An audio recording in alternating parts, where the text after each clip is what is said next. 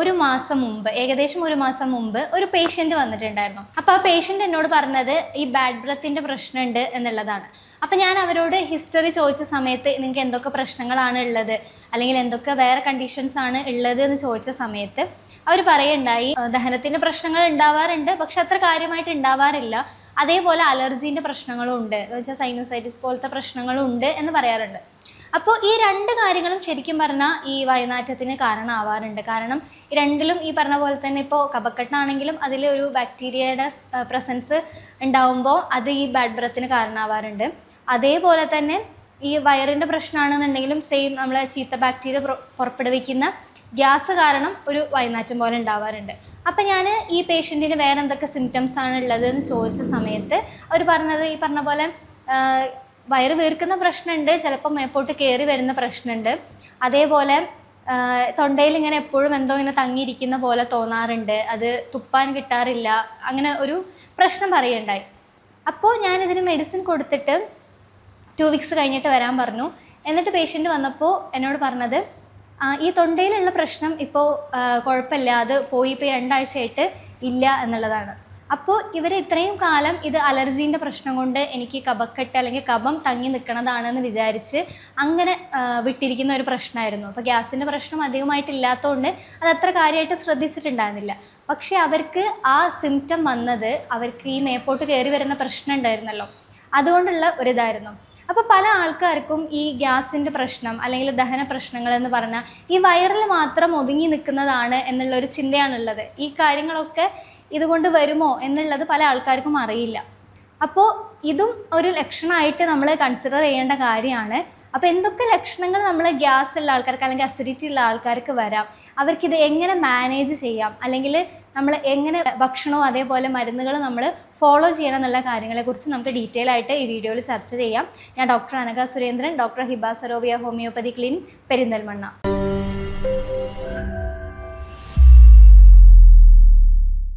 പൊതുവിൽ നമ്മൾ ഗ്യാസ് എന്ന് പറയുന്ന ഒരു പ്രശ്നം, അല്ലെങ്കിൽ ഈ പറഞ്ഞ പോലെ എനിക്ക് വയറ് വീർത്ത് വരികയാണ്, അല്ലെങ്കിൽ മേപ്പോട്ട് കയറി വരുന്നുണ്ട്, അല്ലെങ്കിൽ ഈ പറഞ്ഞ പോലെ ഗ്യാസ് ഓക്കാനം ഏമ്പക്കം ഇടയ്ക്കിടയ്ക്ക് വന്നുകൊണ്ടിരിക്കുകയാണ് എന്നൊക്കെ പറയുന്ന ആൾക്കാരുണ്ട്.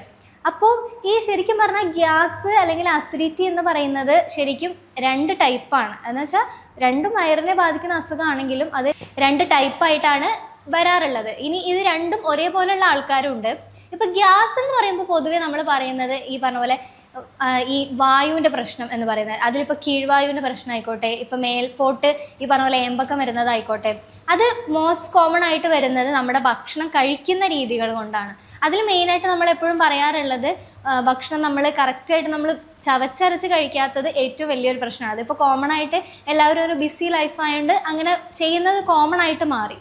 അതേപോലെ തന്നെ എപ്പോഴും എന്തെങ്കിലും ഒരു സ്ക്രീൻ നോക്കിക്കൊണ്ട് അല്ലെങ്കിൽ TV നോക്കിക്കൊണ്ട് ഫോൺ നോക്കിക്കൊണ്ട് കഴിക്കുന്നത്, അങ്ങനെ ഉണ്ടാകുന്ന സമയത്തും ഈ പറഞ്ഞ പോലെ കറക്റ്റായിട്ട് നമ്മുടെ ഭക്ഷണം നമ്മുടെ ഉള്ളിലേക്ക് ചെല്ലില്ല.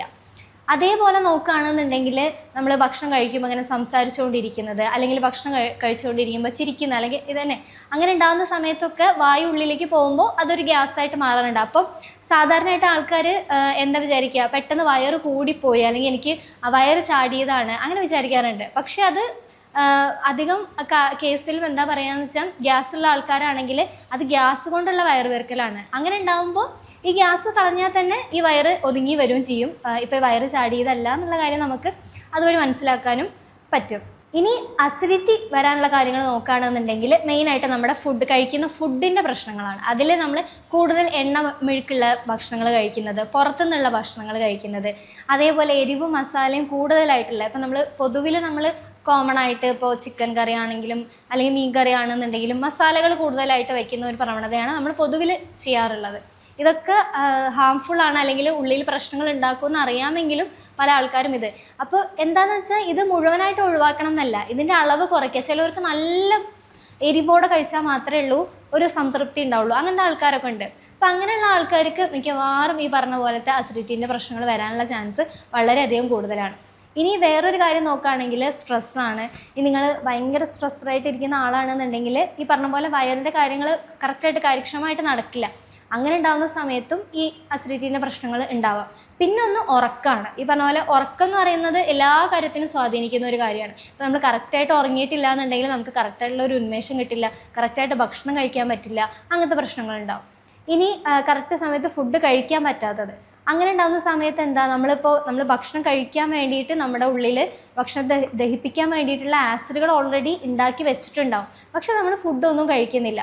അങ്ങനെയാകുമ്പോൾ ഈ ആസിഡ് സെക്രീഷൻ കൂടാനോ അല്ലെങ്കിൽ മേപ്പോട്ട് വരാനോ, ഈ പറഞ്ഞ പോലെ ഇപ്പോൾ നമ്മൾ സ്റ്റൊമക്ക് എന്ന് പറയുമ്പോൾ അതിന് ഈ ആസിഡ് തട്ടാതിരിക്കാനുള്ള ഒരു പ്രൊട്ടക്ഷൻ ഉണ്ട് ശരിക്കും പറഞ്ഞാൽ. ഇനി ഇത് മേപ്പോട്ട് കയറി വന്ന് ഫുഡ് പൈപ്പിലേക്കാണ് വരുന്നതെന്നുണ്ടെങ്കിൽ അവിടെ ഇത്തരത്തിലുള്ള ഒരു ലൈനിങ്ങോ പ്രൊട്ടക്ഷനോ ഒന്നും ഇല്ല ഈ ആസിഡിനെ ചെറുക്കാനായിട്ട്. അപ്പോൾ നമ്മളിത് സ്ഥിരമായിട്ട് ചെയ്യുന്ന ആൾക്കാർ ഈ പറഞ്ഞ പോലെ ഈ മേപ്പോട്ട് കയറി വരുന്ന സമയത്ത് ഇത് ഈ ലൈനിങ്ങിൽ അല്ലെങ്കിൽ ഫുഡ് പൈപ്പിൻ്റെ ലൈനിങ്ങിൽ തട്ടി പിന്നെയാണ് അത് അൾസറായിട്ട് മാറുന്നത്.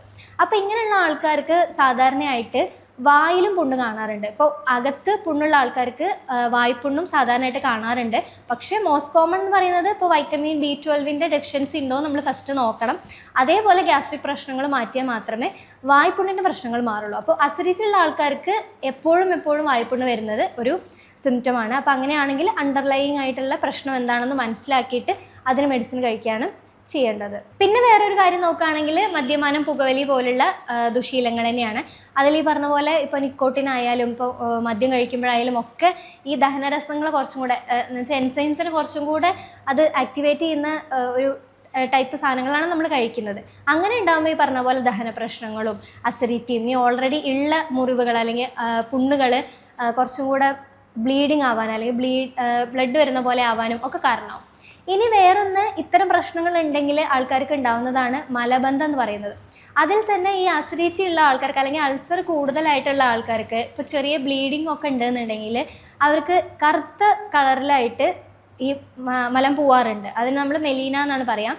അങ്ങനെ പോകുന്ന സമയത്ത് ഇപ്പോൾ ആൾക്കാർ വിചാരിക്കുന്നത് വയറിലെ ദഹനം ശരിയല്ലാത്തതുകൊണ്ടാണ് ഈ മലം ഇങ്ങനെ പോകുന്നത്, അല്ലെങ്കിൽ ഈ പറഞ്ഞ പോലെ സ്ഥിരമായിട്ട് പോകാത്തതുകൊണ്ടാണ് പോകുന്നത്. പക്ഷെ അതിന് ഇങ്ങനെ ഒരു കാര്യം കൂടെ ഉണ്ട്. എന്ന് വെച്ചാൽ വയറിൻ്റെ മേൽഭാഗത്ത് അത് എന്താ വെച്ചാൽ ഈ ആമാശയത്തിന് മേപ്പോട്ട് എന്തെങ്കിലും പ്രശ്നം ഉണ്ടെന്നുണ്ടെങ്കിലും ആ പ്രശ്നം ഈ മലം പോകുന്നതിൽ നിറവ്യത്യാസമായിട്ടോ ഒക്കെ കാണാറുണ്ട്.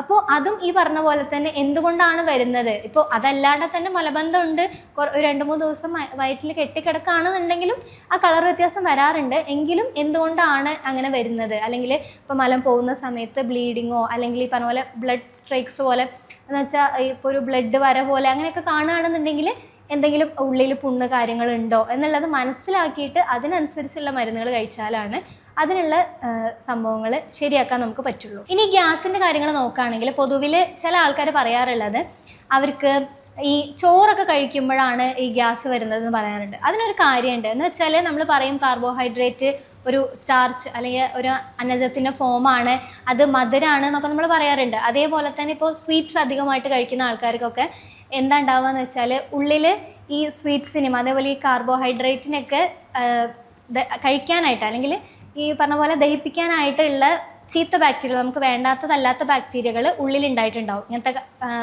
സ്വീറ്റ്സൊക്കെ കൂടുതലായിട്ട് എടുക്കുന്ന ആൾക്കാർക്ക്. അങ്ങനെ ഉണ്ടാകുമ്പോൾ അവർ ഇങ്ങനത്തെ കാര്യങ്ങൾ ദഹിപ്പിക്കുന്ന സമയത്ത് അല്ലെങ്കിൽ ഫെർമെൻറ്റേഷൻ ചെയ്യുന്ന സമയത്ത് ഉണ്ടാവുന്ന ഹൈഡ്രജൻ അല്ലെങ്കിൽ മീഥേൻ പോലുള്ള വാതകങ്ങൾ ഈ പറഞ്ഞ പോലത്തെ ഗ്യാസിന് കാരണമാവാറുണ്ട്. അതിൽ ഒരു കണ്ടീഷൻ എന്ന് പറയുന്നത് സിബോ എന്ന് പറയാം. എന്ന് വെച്ചാൽ സ്മോൾ ഇൻഡസ്റ്റൈനൽ ബാക്ടീരിയ ഗ്രോത്ത് എന്നാണ് പറയുക. എന്ന് വെച്ചാൽ വൻകുടലിൽ ഉണ്ടാവേണ്ട ചില ബാക്ടീരിയകളിൽ ചെറുകുടലിൽ ഉണ്ടാവുന്ന ഒരവസ്ഥ. അങ്ങനെയുള്ള ആൾക്കാർക്കും ഇതേ പോലത്തെ ഗ്യാസ്, അസിഡിറ്റി അങ്ങനത്തെ പ്രശ്നങ്ങൾ ഉണ്ടാവും. അപ്പോൾ നിങ്ങൾക്ക് അങ്ങനത്തെ ചീത്ത ബാക്ടീരിയൻ്റെ പ്രസൻസ് ഉണ്ടോ എന്നുള്ളത് നോക്കണം. മെയിനായിട്ട് അതിൽ H. പൈലോറി ബാക്ടീരിയ ആണുള്ളത്.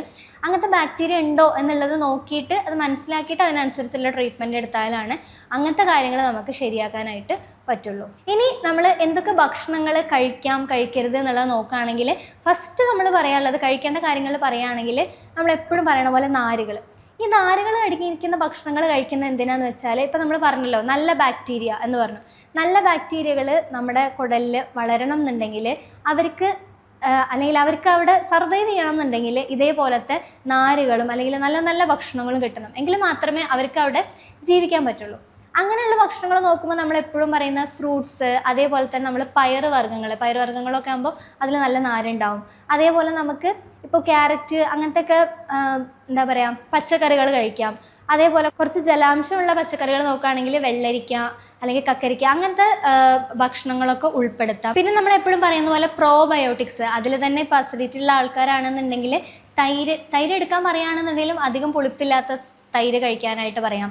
അതേപോലെ നമുക്ക് യോഗേട്ട്, നമുക്ക് ഗ്രീക്ക് യോഗേട്ട് എന്ന് പറഞ്ഞിട്ട് കിട്ടും. അധികം ഈ പറഞ്ഞ പോലെ പ്രശ്നം ഉണ്ടാക്കാത്ത തരത്തിലുള്ള പ്രോബയോട്ടിക്സുകൾ കഴിക്കുന്നതും ഈ പറഞ്ഞ പോലെ നല്ല ബാക്ടീരിയ കൂട്ടാനായിട്ട് ഒരു കാരണമാവും.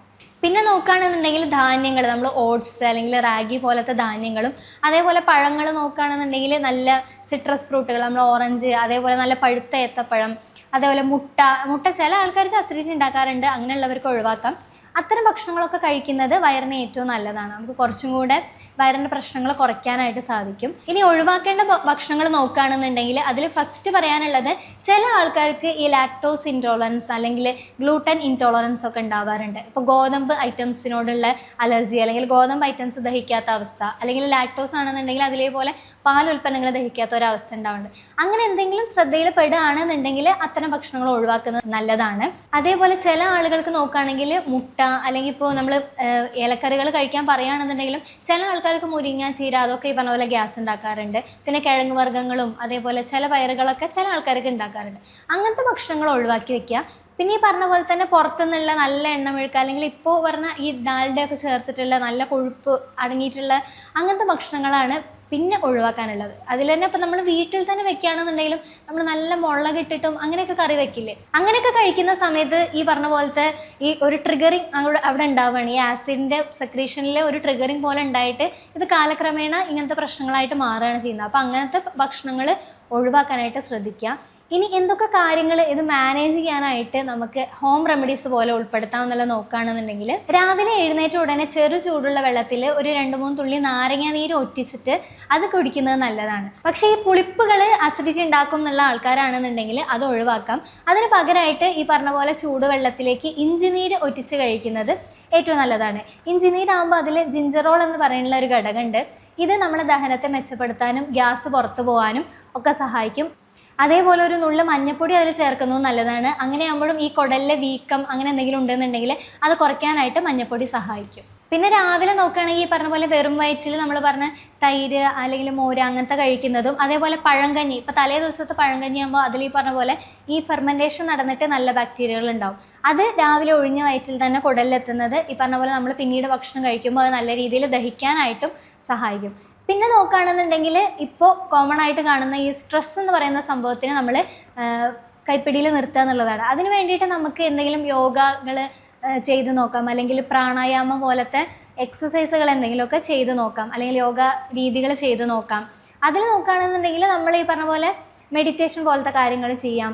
അതേപോലെ ബ്രീത്തിങ് എക്സസൈസുകൾ എന്ന് വെച്ചാൽ നമ്മളൊരു 5-10 മിനിറ്റ് അതിനു വേണ്ടി ചിലവാക്കിയിട്ട് നമ്മളൊരു ബ്രീത്ത് ഹോൾഡ് ചെയ്തിട്ട് തിരിച്ച് ശ്വാസം വിടുന്ന ഒരു രീതി, അങ്ങനത്തെ കാര്യങ്ങളൊക്കെ ഫോളോ ചെയ്യുമ്പോൾ നമുക്ക് കുറച്ചും കൂടെ മൈൻഡിന് റിലാക്സേഷൻ കിട്ടുകയും അതുവഴി നമുക്ക് സ്ട്രെസ്സ് കുറയ്ക്കാനും ഈ പറഞ്ഞ പോലെ വയറിൻ്റെ പ്രശ്നങ്ങൾ കുറയ്ക്കാനായിട്ടും സാധിക്കും. പിന്നെ ഈ പറഞ്ഞ പോലെ ദഹന പ്രശ്നങ്ങളൊക്കെ ഉണ്ടെന്നുണ്ടെങ്കിൽ പപ്പായ ഒരു കഷ്ണം കഴിക്കുക, നമ്മൾ ഭക്ഷണം കഴിച്ചിട്ട് പപ്പായ ഒരു കഷ്ണം കഴിക്കുന്നത് ഏറ്റവും നല്ലതാണ്.